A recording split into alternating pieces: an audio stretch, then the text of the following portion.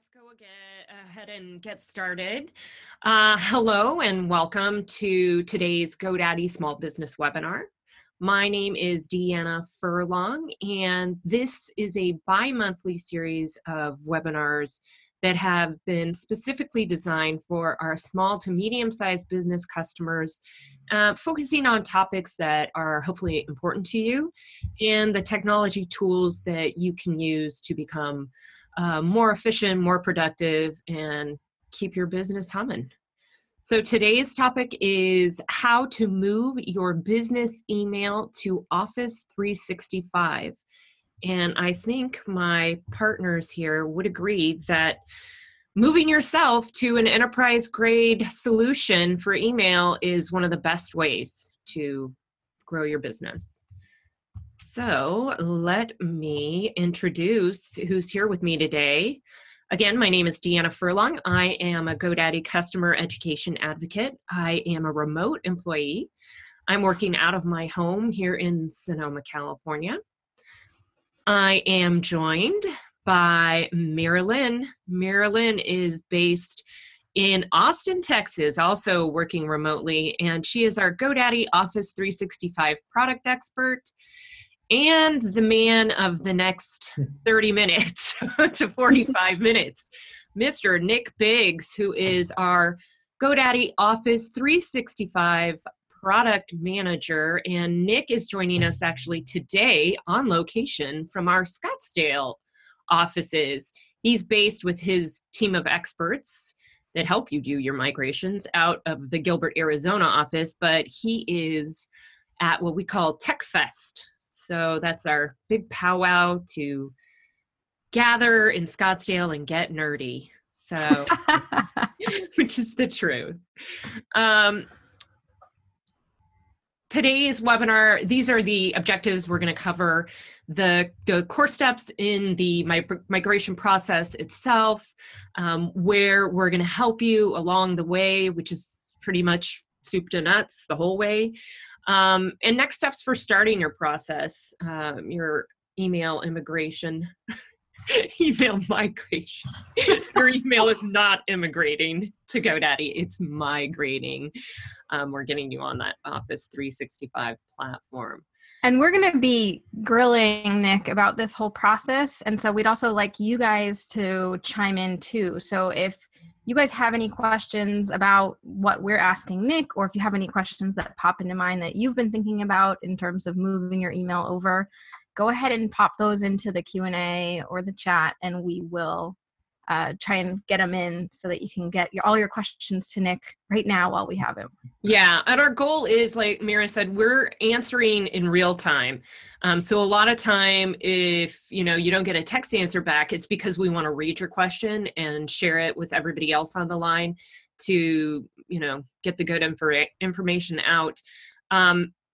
Also, at the end of every webinar, I do print out a question and answer report. So if I find anybody hasn't received an answer to their question, I will make sure you get one via email or a call. So let's get started with my favorite. If you've joined us before, you know I am a big fan of trivia. And I thought this one would hopefully get us in the email state of mind. So I'm going to read this out loud for those of us who are only listening in. Can we see the poll here? How many business and consumer emails are sent and received in the world per day? So take a minute, give us your answer. It's just fun, good fun. Get us going, get us talking about email and the power of email. And anywho, so I was talking to somebody the other day about faxing and how that was the only way to communicate digitally. Okay, let's end the polling. Hope you got in there. I am going to share the results. It looks like D. Everybody, like a large portion is going with D. 53%, 250. So I'm going to stop sharing, close out my poll, and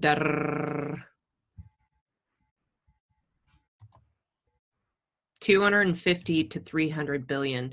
So this was from a study that was very recently conducted in 2017, February of 2017, and it's a Radicati group, so a statistical organization discussing email, what have you. 269 billion emails are sent daily. That's a massive amount. That's mind-blowing. Yeah, I'm sure I account for at least half of those. At least the received. I don't know about you guys, but my inbox gets pretty ugly. So yeah, anyways, I thought that was a fun factoid. But let's get on to the real business at hand. Let's talk about the beginning of the process here for migrating your email to Office 365 with GoDaddy. Nick, what can you tell us about this aspect? You know, I know the main thing is you dial in to your group of experts, and they're the ones who help you through the process. And what happens during that? Yeah, so when you first start the process, you call in and get connected with an account manager. The first thing that they're going to do is they're going to talk about your business with you, kind of determine how you operate. You know, are your employees remote, where they are, just to get a sense of everything that's happening, to make sure that we build the migration around you and how you operate, when it needs to be done, how it needs to be completed. So essentially, they're just going to go over everything with you, find out the key points that they need, and relay that information back. And depends on a couple different things on to how the process is going to move forward from there. We were joking with Nick is chuckling because when we started shaping this webinar, we were all discussing, you know, Mira and I didn't really know. Well, Mira knew a lot more than I did about the migration process, but I wanted to understand what the customer goes through, because that's what's important to me. I want to understand it from your perspective.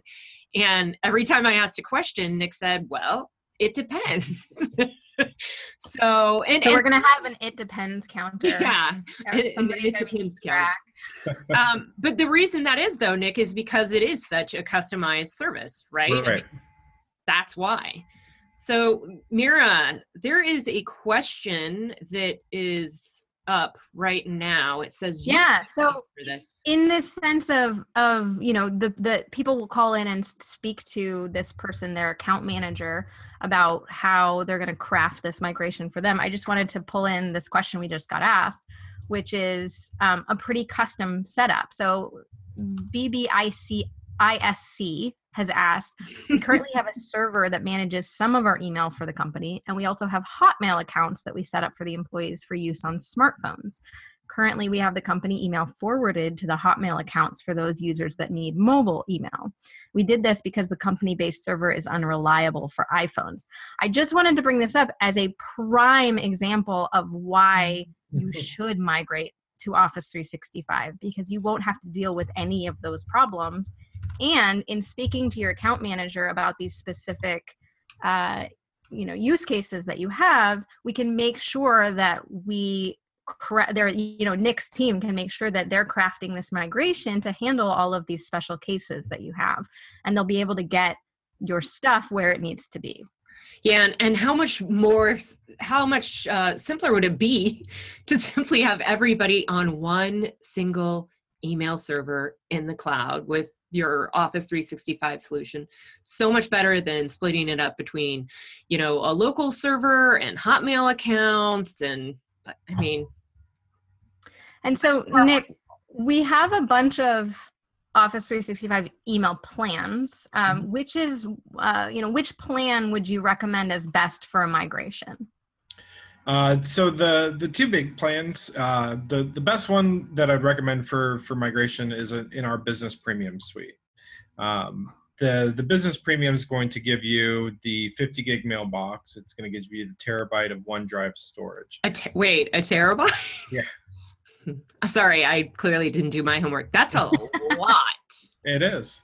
Yeah, I remember a couple years ago when one Black Friday I was standing in line to buy a hard drive, and it was the biggest hard drive you could buy at the time. It was 80 gigabytes. Right? Wow. Waited in line for like 3 hours, but now you get a terabyte. So yeah, it also comes with the online Office suite as well as the mobile suite, so you can install the Office on your desktop. Beyond that, we also have our premium security bundle, which is the business premium bundled with our encryption and archiving service. It's a great service, and a lot of customers really need those extra features. Within the migration, though, we add those after the fact. So they both will go through the migration, just one has an extra step at the end. So you mentioned some customers really need that. Can you give us an example of who email archiving and maybe encryption are most suited for? What type of business or customer? So really, they're suited for any business. There's a lot of different scenarios out there that we could talk about, and we'll probably have a whole webinar series on these too. And we will. Security and privacy. Archiving's like a save your bacon type of thing. There's some industries that you have compliancy regulations that you have to meet. So encryption and archiving are absolutely necessary. But yeah, like SOX, accounting requirements that you have to track. Yeah, and there's HIPAA, there's FINRA, there's all these other compliancies where sometimes it's just encouraged, sometimes it's a necessity. But like archiving, for instance, is one of those things that regardless of what industry you're in, it's a cover your own butt type of thing. You have an offsite location where this data is editable, it's tamper proof, there's paper trail associated with it. Yeah. If you ever deal with any sensitive data, credit cards, social numbers, encryption. You can send encrypted data to somebody that nobody else can access except for the person that it's intended to. So that's just a quick high level of what those services do. Okay. So let's talk turkey, Nick. How much is the business premium per user per month? The business premium package, we do currently have a sale price for the business premium starting at $9.99 a month per user. Wow. Yep. And the premium security bundle, which is a super great deal right now, is $14.99 per month per user. Wow, for that, and so that's including the two add-ons that you mentioned, the archiving and the encryption. Yeah, those alone are typically $5 a piece per month. So you're basically getting your email for $5, your encryption, your archiving for $5. Wow. Okay. So if you're even thinking about it, now would be a good time, I guess. Take advantage of that. So let's move on. This is not really a step per se in the process. I am, again, like I was explaining before, I would really like to understand this, and I try to understand these topics that I share with you from your perspective as a customer. And I think part of that is understanding what's going on in a migration, and I also know that there are a few people on these calls that are in the role of a system administrator for a small business, and I'm sure they might want a little bit more technical information. Maybe they don't, but I want to understand what's going on. And so I put this in as a step, and it's just familiarizing yourself with the process. So can you describe for us, Nick, what type of migrations we do and, what's kind of happening? So the type of migration program that we follow is a cutover migration. And for anybody that's not familiar with that, essentially what it is there's a predetermined date in time that you will stop using your current email and start using the Office 365. So you have full continuity all the way through. You don't ever stop using your email. Once cutover happens, you're just on a new platform. Your email never goes down. You just change service. And the way that we do the migration is we actually do two different sides of it to simplify the process. We connect directly to the server.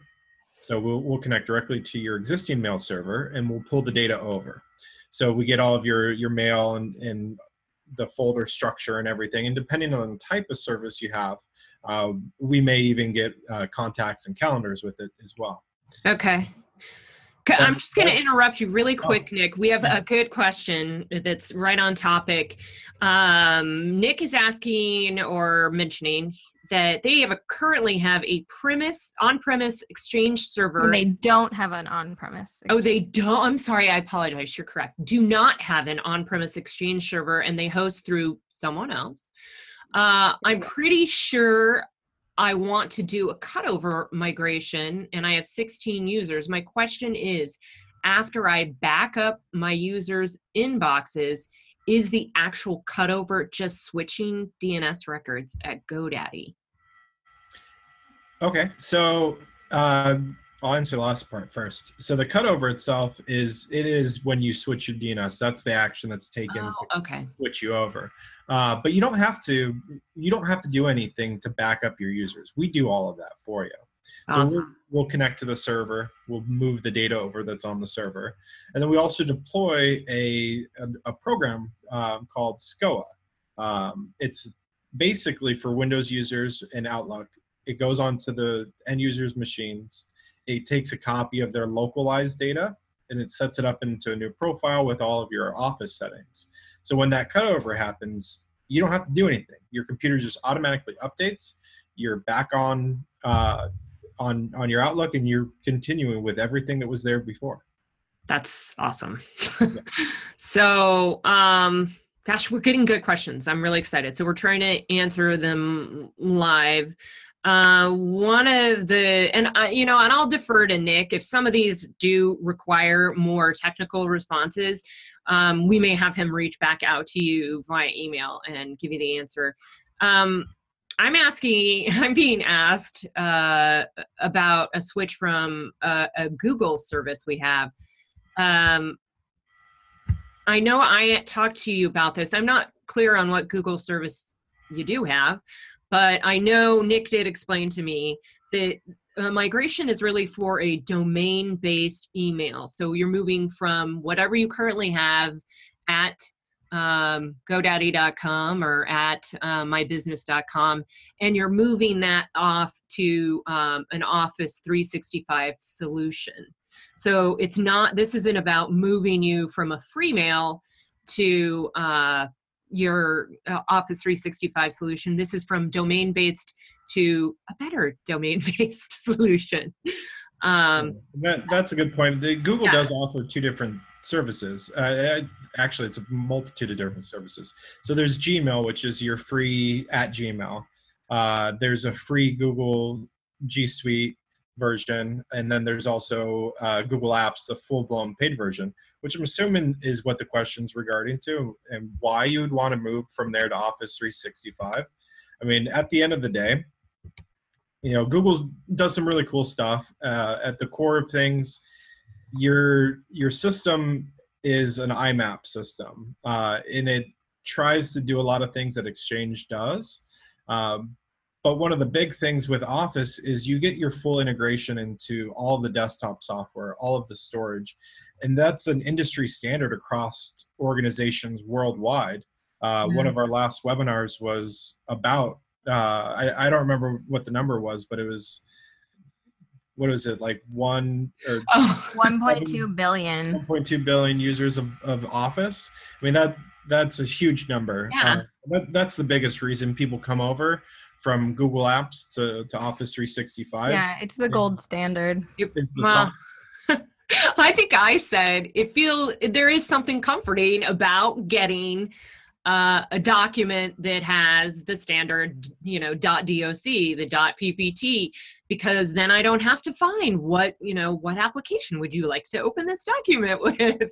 Right. Do I have to create an account to see it or anything? Yeah, like that? something like that. It's just a better solution. The other thing I will say too is that the Office 365 calendaring aspect is just so much better than you can get with any free mail. I mean, it's just amazing, and the shared calendar aspect and much better. So those are things, you'll have to do your own comparison, but obviously we're Office 365 super fans here. So Nick, you mentioned that as part of the migration process, they get to pick that point of the cutover, that they get to pick what that day and time is. Do you have any best practices you can share? When is the best time for me to pick for my cutover date? It depends. Aha! So it really does. The service is tailored to you, and your schedule is what it depends upon. We do see most of the time where customers will cut over either in the morning before office hours or in the evening after office hours. Those are the more common. But pretty much you can choose just about any time that works for you. And you're scheduling it, we typically start at 7 days out. That gives us ample time to make sure that we get everybody's data and everybody is ready to go. So typically it's 7 days. You can schedule it a little bit sooner if it's necessary, or farther out in the future if that's what works for you. But at the end of the day, it's up to you. Awesome. And so this is a little bit of a jump ahead in our plan for the webinar, but we just got 2 questions about it. So I want to, along with picking that day and time. So that's the cutover day and time. At that point, let's say that all my employees are using Outlook on their desktops. What do they have to do at that point when that day and time comes for the cutover? So just to clarify, that means you're on hosted Exchange versus moving to the Office 365 cloud solution, right? You could be on hosted Exchange. You could be on any sort of time map. Oh, okay. Yeah. Okay. Thanks. The experience is the same, and that's where the magic really is. It shows is you get a little reminder like 10 minutes before it's going to happen, just reminding you, hey, we're gonna cut over in a minute. And basically, if you have Outlook open, it kind of looks like it flashes at you, and then you're back to what you're doing. You don't have to set it up. You use our software, install it on the local machine, and it does all of it for you, sets it all up preemptively, and then goes to sleep. And then once that cutover happens, it wakes up, cuts you over, and you just continue with your day. So all my employees who are on Outlook, they'll get a notice a day before, 2 days before, or sometime before that cutover? Yeah, so you'll get the initial emails will start coming out pretty much right after you start the migration process. So all of your employees will get an email. They'll plug in their current credentials. They'll plug in their Office 365 credentials, and the program will, at that point, just go to sleep. And then before cutover, there's an 8-hour reminder, and then there's I want to say an 8-minute. It might be 10 minutes. We've changed the time recently. It's either 8 or 10 minutes. A few minutes. You get a little pop-up from it. It will pop up on the screen and let you know that it's going to happen soon. So same on Macs then? No, not on Mac. It's only for Windows computers using Outlook for the software. We'll still migrate the data from the server, just with Macs and also with phones and tablets, because we don't have any automated software on those currently. You'll have to just basically remove the email and re-add it after cutover. It's as simple as typing in your email and password, and it just sets itself back up. Awesome. Okay. Yeah, we're trying to answer questions real time. I do apologize. We stepped on your response, Nick, about the second plan that we offer at GoDaddy. That was the premium security package, and you would just want to explain the difference between that business premium and the premium security package. So the business premiums are standard tier for businesses. It's your 50 gig mailbox. It's your terabyte OneDrive storage. You get all the online applications, but as well as the desktop applications that you can install on your computer. And then the premium security bundle is that plus our encryption and archiving package. Okay, so the only real difference is the add-ons, the encryption and archiving add-ons. Okay, sorry about that, guys. This is a great question too. I think we're gonna get lost in our deck here, but that's okay, because this is what's important, getting these questions answered. Chris is asking, what's the difference between Office 365 and hosted Exchange? So, I mean, at the core of email, it's the same. So hosted Exchange and Office 365, they're both Exchange platforms. Office 365 is the new generation of hosted Exchange. Basically, everything's cloud-based now. All of your data, you get the extra of having a OneDrive, you get the online applications, you get the desktop applications. These are all part of your service now, whereas Exchange used to be either you had to set up an on-premise or you had to go off and buy it from somebody else. And you just had an email, and that's all that you had. And anything else that you wanted, you had to piecemeal together. Office 365 brings it all to you at once. Awesome. Okay. So hopefully that addressed a good question there. This is actually a really good question too. I have employees who need security. I'm assuming like premium security add-ons like archiving and encryption and a lot of it, but there are several more that don't need it. Can I mix my plans? So with the encryption and archiving, those are organization-based, which means everybody that has an email at your domain name requires to have those add-ons. Okay. Now, you don't necessarily need to have the premium security bundle. We do offer lower tiers if they're smaller users, but they would still need those add-ons. Okay. Outside of that, there are a lot of security functionality that's built into Office currently. There is a security and compliance center where you can create your own custom rules depending on what your needs are. Oh yeah. There's stuff that you can do. Right, right. And we are, I mean, we are definitely going to do more of a deep dive into the privacy and security issues around business data that is traveling over email and being stored in the cloud. That will be later in our series, more toward the summer, but we will talk about what Nick just spoke of, which is the how to create a business rule to address security issues. Again, the questions are fast and furious and flying in. While we're on security though, Nick is asking Nick, is DLP an add-on? Let's see. I'm not familiar with the acronym off the top of my head. I believe it's I can't remember either. Data loss prevention. Right. So wow, wait, I'm gonna give the quick answer to this. We are gonna have a special webinar that discusses how to create data loss prevention policies in Office 365. Because it's just rules-based and it is so easy because I found all this stuff. This is really exciting to me. It's templatized. So you basically open this up and you define all the parameters in this like step-by-step template, and it's super easy. So yes, it does come with that capability. But it's not an add-on. It comes. No, it's part of your solution. Standard. Yeah, it's part of that security and compliance center that Nick was talking about. Inside that, there is templates, or you can build your own too from scratch if you want to, on how to set a data loss prevention policy. So yes, woo.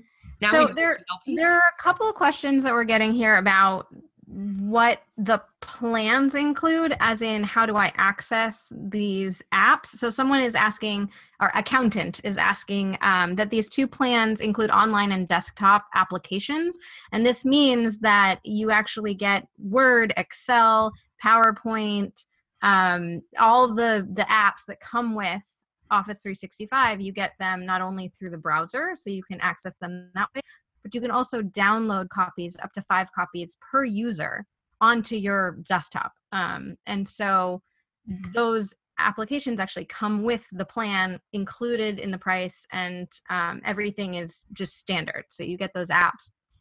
And then someone else is asking about conversion for iPhone users. So I thought that was pretty relevant too, because it's all included. Your iPhone users just have to set up their Office 365 email in either Outlook, which you can download for free on the App Store or in their native mail application if they prefer.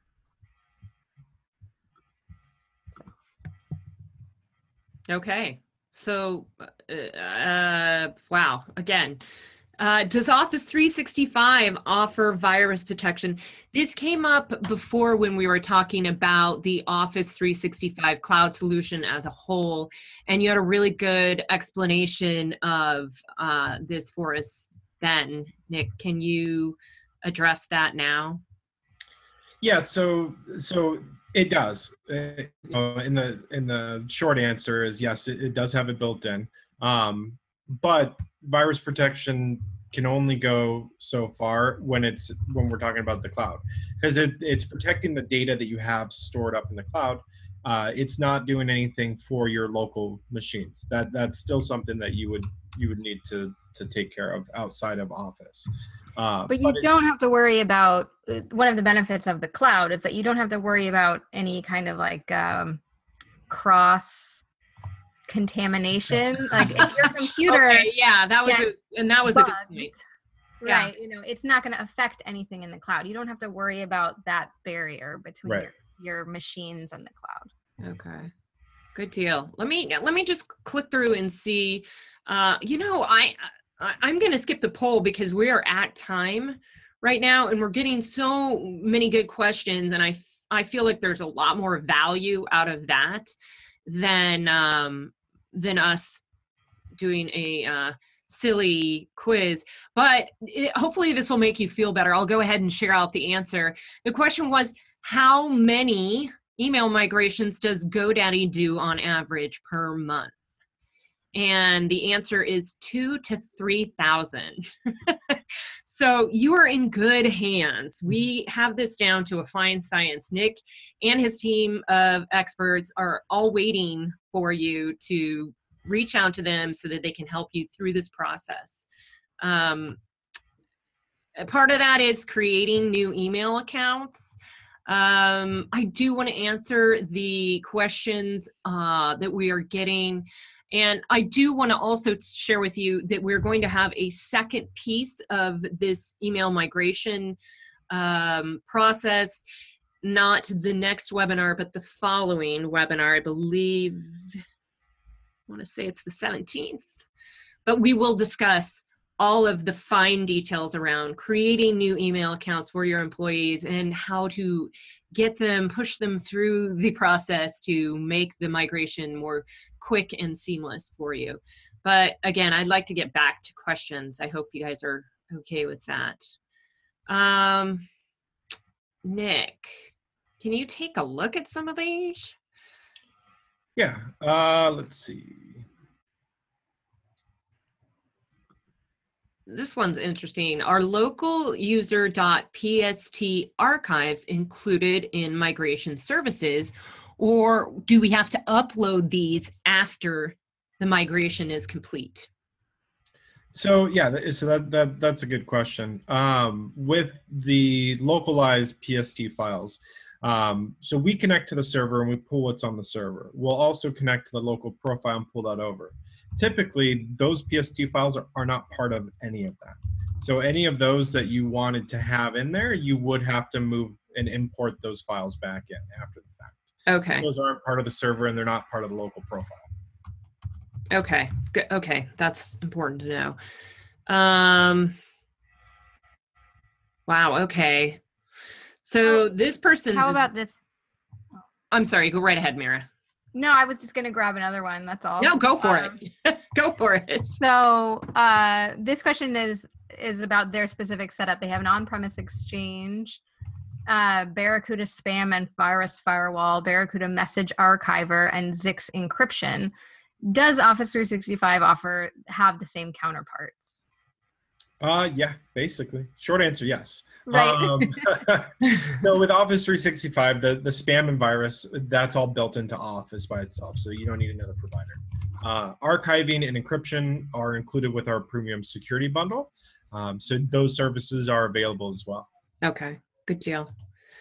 Now, let me ask you a question, Nick. So why would why wouldn't I just want to do my own migration myself? So basically, when you do your own migration, you take your data into your own hands. The process to do it's a not very complicated process, but it's the things that can go wrong and typically do go wrong. Basically, you have to back up your data, and you have to wait for that to back up. The bigger your mailbox, the longer it takes. Then you have to switch over to a new provider, and then you have to reset up everything, and then you have to import that data. By the time you get to that point of importing your data, you cross your fingers and hope that it backed up everything that it was supposed to do. Right. If it doesn't, you have to undo everything that you did, go back and start over. That's why most folks decide to go with our service, is because the manual process, not only is it time consuming, but there's risk of data loss involved. The way that we do it, we connect to the server, we connect to the local machine, we move it all over. We have a team of experts standing by. If for any reason you open up Outlook and you're like, hey, I think I'm missing some data. It could be that it's a new platform and it might not be in the location you anticipated it. So we can determine, is it missing, or maybe it's just somewhere different than you anticipated. Okay. If it is missing, we have the ability to go back to the server and find out what we missed and pull it over. Okay. So your data is safe, and we take ownership and make sure everything gets done. Okay. So basically all Outlook folders, contacts, calendars are migrated over on migration day? Sorry, I was reading one of the questions. Repeat that. It's a question. It's asking, will all of our Outlook folders, contacts, calendars be migrated over on migration day? Yeah. No? Well, yeah, so all of the data is moving from the point that we start connecting to the server and start pulling the data. The local data, which is going to be like your calendars and contacts that are in Outlook, those will be activated at the time of cutover. One of the cool things that we do too is once you've cut over, there's a period of time where your DNS has changed. So what that means basically is the routing on the internet has changed. Some servers update faster than others. So it's possible mail gets delivered to your old mail, not your new mail. Well, we're connected to your old mail still. So we're sweeping that data for 48 hours to make sure that everything gets moved over. Awesome. So you're a safety net. Yep. Okay. That's really good to know.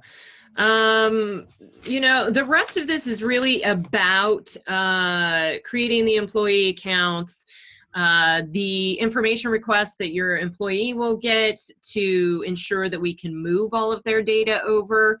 And I'm going to dive deeper into those with Nick in a future webinar. So let's wrap up on this topic, the migration topic. I think we've covered almost everything. We do have 3 outstanding questions. Let's try, can we try and address these really quick? I know we're 10 minutes over right now. If you can hang on. All right, let's rapid fire. I'm sorry? Let's rapid fire. Okay. Currently, I have an Office 365 subscription that I have been testing, but I have not yet migrated from our current email provider, Google Apps. Can I switch to GoDaddy? Are there advantages? So yes. That's what this is all about. Yeah, you can absolutely switch over. And I'm assuming you're probably looking at, you said you have a test account. I'm assuming that's with Microsoft. The biggest reason you're going to want to move over to us as opposed to Microsoft, at the end of the day, it's the same service.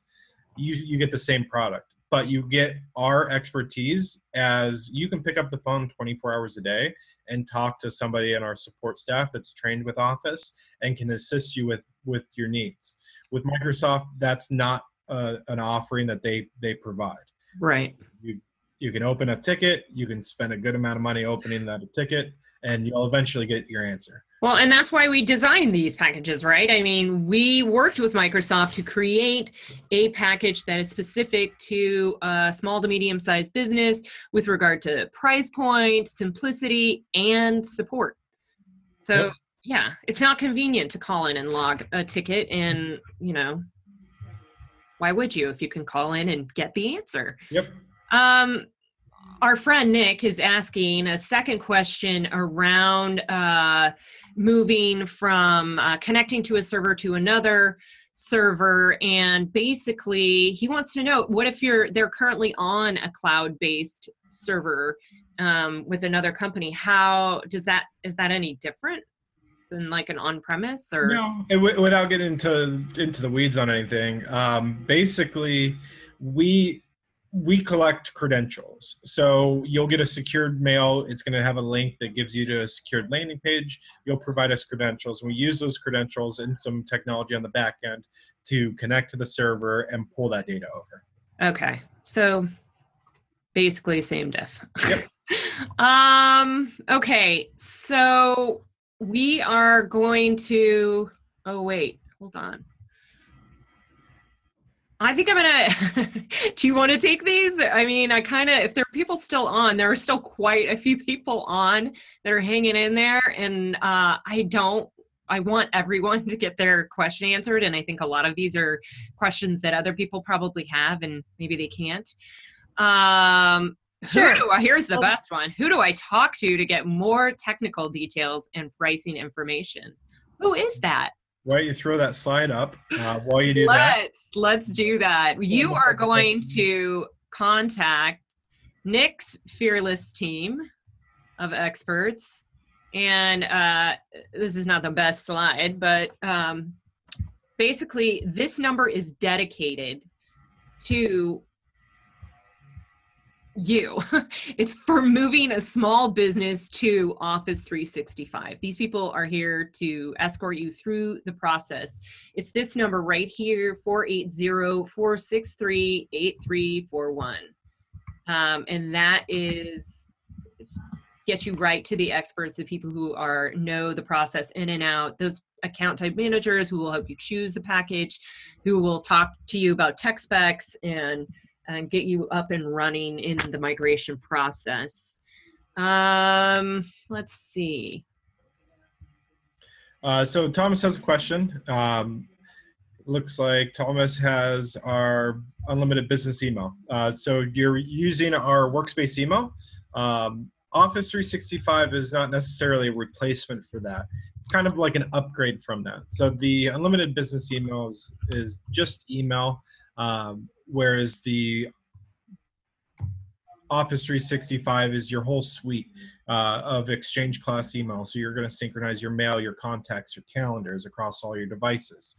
You're going to get the ability to use online storage. You're going to get the ability to collaborate with other members of your organization live within documents. And a multitude of other things that our account managers can go over with you. But the transition from our internal to Office 365 is seamless. Awesome. Okay.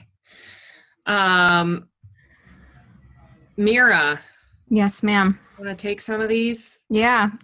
This service that Nick is mentioning, the 24/7 access and is speaking to the experts, that's all the time. That's not just through the migration. That is, Nick, it's after migration, right? That people can call and get all the help they need, right? Yeah, absolutely. As long as you have your service with us, we're going to help you. Right. We're not going to abandon you. Not going to migrate you over and say, you're on your own. Just kidding. Yeah, they're there all the time. And they're experts in, not only are they experts in Office 365, they're experts in our solution. So especially if you did those add-ons like the encryption and archiving, they're going to know those in depth as well and help you before. Oh, this is a good question. Should I have the Office 365 licenses in place before calling for migration services? That would be you absolutely can. It's best to talk to your account manager first to make sure that everything's being built around your needs, so you're getting the right plans and the right migration service. Yeah, so I think honestly the best path, it sounds like, from a customer perspective, to make sure you're getting exactly what you need, nothing more, nothing less, is to call into that expert line where Nick's team can help you determine how many licenses do you need, you know, mailboxes, what have you. You know, use them, call them, and use their expertise to help you through the process. They're there, again, 24/7. I feel like we're saying that a lot, but they are always there. So if you got some spare time on the weekend, give them a ring, and they can chat with you about it. And this, just to check, Nick, this migration service is only for moving to Office 365 from GoDaddy, correct? So if I was going to move to Office 365 from some other vendor, you wouldn't be able to use our migration service. Right. It's only to our Office 365. If you have Office 365 from another vendor, we can move you over still. Okay. And I did have people looking for a little more information on that premium security plan. Again, I hate to push this off or out, but we are going to do a deep dive into security and privacy for data later in the series. I will attach to our follow-up, I'm going to attach some more details about the premium security package and the archiving and encryption add-ons, just so you can get an idea about it. But I do hope you guys will join us for that. Those of you who are interested in the premium security package will join us later on when we talk in more depth about how to use them and get the most out of them. So we have a pricing question. So this is back to Nick. Does the pricing remain forever, or is it subject to increase? You know, the pricing is always subject to change. Our marketing team has set this price as our current offerings. I don't know when they're going to change. It could be a month from now. It could be an hour from now. They don't tell us. They just surprise us and say, hey, it's changed. So unfortunately, I don't have a good answer to that, but it is something that is currently available. I don't know when it will not be available anymore. So Okay. if you're interested, I'd say talk to one of our account managers. If the pricing is good for you, get it locked down. If you can wait, then wait. It's entirely up to you.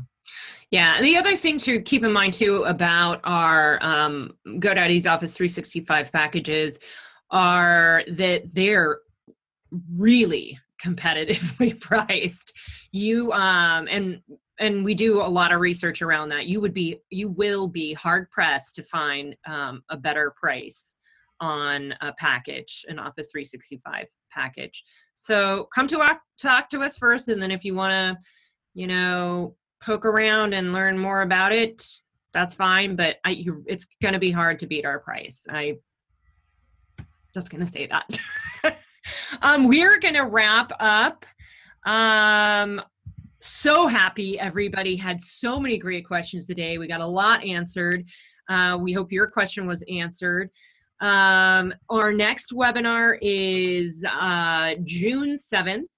And we are going to discuss, this is our overview webinar around moving your business into the cloud and what's involved with that, what types of benefits you can realize by moving to the cloud. Just a really good all-purpose webinar. Again, we'll show you some of the features, we'll demo inside the application. Nick and Mira will be back with me to answer more of your technical questions. I am going to send out a follow-up thank you email to this webinar. It will include a couple of links. I have just a checklist around the steps of the process that you might find handy when thinking about your migration.